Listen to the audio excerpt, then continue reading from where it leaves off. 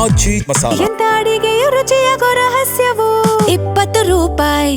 ಹೆಂಡತಿಯಿಂದ ಗಂಡ ಮತ್ತು ಹೆತ್ತ ಮಗುವಿನ ಕೊಲೆ ನಡೆದಿದೆಯಾ ಅನ್ನುವಂತ ಪ್ರಶ್ನೆ ಕಾಡ್ತಾ ಇದೆ. ಚಿಕ್ಕಬಳ್ಳಾಪುರದ ಗುಟ್ಟೆ ಬಸವೇಶ್ವರ ಲೇಔಟ್ ನಲ್ಲಿ ಈ ತರದ ಒಂದು ಘಟನೆ ನಡೆದಿದೆ.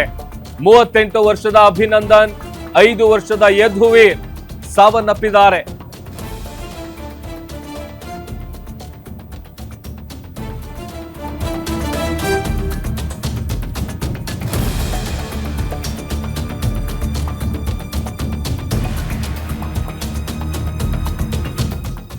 ಹೆಂಡತಿಯಿಂದ ಗಂಡ ಮತ್ತು ಹೆತ್ತ ಮಗುವಿನ ಕೊಲೆ ನಡೆದಿರುವಂತಹ ಶಂಕೆ ವ್ಯಕ್ತವಾಗ್ತಾ ಇದೆ.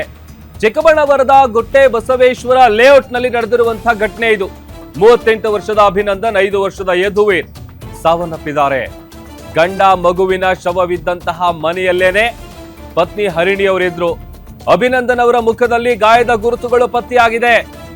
ಹರಿಣಿಯೇ ಗಂಡ ಮತ್ತು ಮಗನನ್ನ ಕೊಲೆ ಮಾಡಿರುವಂತಹ ಶಂಕೆ ವ್ಯಕ್ತವಾಗ್ತಾ ಇದೆ. ಅಭಿನಂದನ್ ಅವರ ಕುಟುಂಬಸ್ಥರು ಹರಿಣಿ ಮೇಲೆ ಗಂಭೀರ ಆರೋಪ ಮಾಡ್ತಾ ಇದ್ದಾರೆ. ಬೆಳಗ್ಗೆ ಅಭಿನಂದನ್ ಕುಟುಂಬಸ್ಥರಿಗೆ ಇದೇ ಹರಿಣಿ ಕಾಲ್ ಮಾಡಿ ವಿಚಾರ ಮುಟ್ಟಿಸಿದ್ಲು. ಮನೆಗೆ ಬಂದು ನೋಡಿದಂತಹ ಸಂದರ್ಭದಲ್ಲಿ ಅವರ ಸಂಬಂಧಿಕರಿಗೆ ಶಾಕ್ ಆಗಿದೆ. ಅಭಿನಂದನ್ ಹಾಗೂ ಯದುವೀರ್ ಮೃತದೇಹವನ್ನ ನೋಡಿ ಕುಟುಂಬಸ್ಥರು ಕಂಗಾಲಾಗಿದ್ದಾರೆ. ಏನಾಯ್ತು ಅಂತ ಕೇಳಿದ್ರೆ, ನನಗೇನು ಗೊತ್ತಿಲ್ಲ, ನಾನು ಬೇರೆ ರೂಮ್ ನಲ್ಲಿದ್ದೆ ಅಂತ ಹರಿಣಿ ಹೇಳ್ತಾ ಇರೋದ್ರ ಹಿಂದೆ ಸಾಕಷ್ಟು ಅನುಮಾನಗಳು ಕಾಡ್ತಾ ಇದೆ. ಆಕೆಯೇ ಗಂಡ ಮಗುವನ್ನ ಕೊಂದಿದ್ದಾಳೆ ಅಂತ ಸಂಬಂಧಿಕರು ಆರೋಪ ಮಾಡ್ತಾ ಇದ್ದಾರೆ. ಹಿಂದೆ ಕೂಡ ಇದೇ ರೀತಿ ಗಂಡ ಮತ್ತು ಮಗನನ್ನ ಬಿಟ್ಟು ಹರಿಣಿ ಹೋಗಿದ್ಲಂತೆ. ಬೇರೆಯವರ ಜೊತೆ ಸಂಬಂಧ ಇದ್ದಿದ್ದಕ್ಕೆ ಕೊಂದಿದ್ದಾಳೆ ಅಂತೇಳಿ ಆರೋಪ ಮಾಡ್ತಾ ಇದ್ದಾರೆ. ಸದ್ಯ ಚಿಕ್ಕಬಳ್ಳಾಪುರ ಪೊಲೀಸರಿಂದ ಹರಿಣಿಯನ್ನ ವಶಕ್ಕೆ ಪಡೆದು ವಿಚಾರಣೆ ನಡೆಸ್ತಾ ಇದ್ದಾರೆ.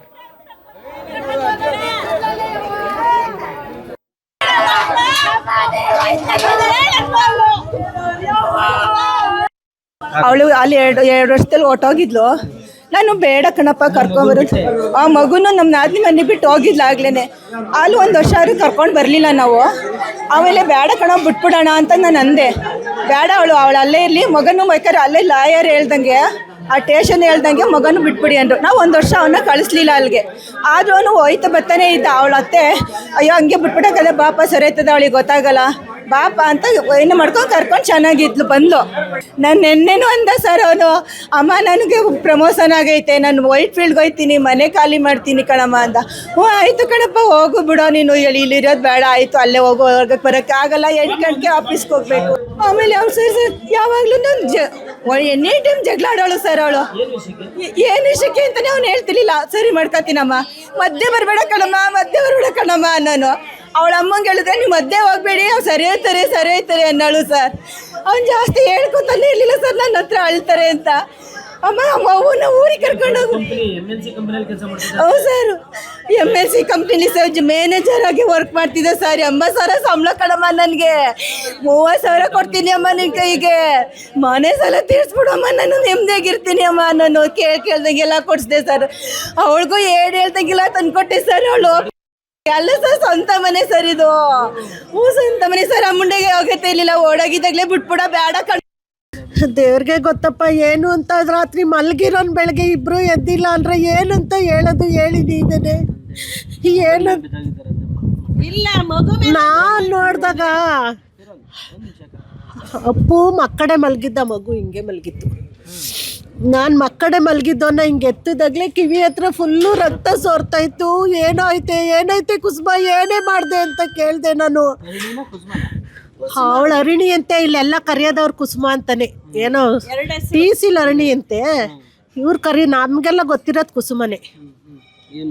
ಏನು ಮಾಡ್ದಮ್ಮ ಏನೇ ಆಯಿತು ಅಂದರೆ ನಂಗೆ ಗೊತ್ತಿಲ್ಲಮ್ಮ. ರಾತ್ರಿ 10:30 ಚೆನ್ನಾಗೇ ಮಲಿಕೊಂಡ್ರು, ನಾನು ಅಲ್ಲೋಗಿ ಮಲಿಕೊಂಡೆ ಅಂತಾಳೆ.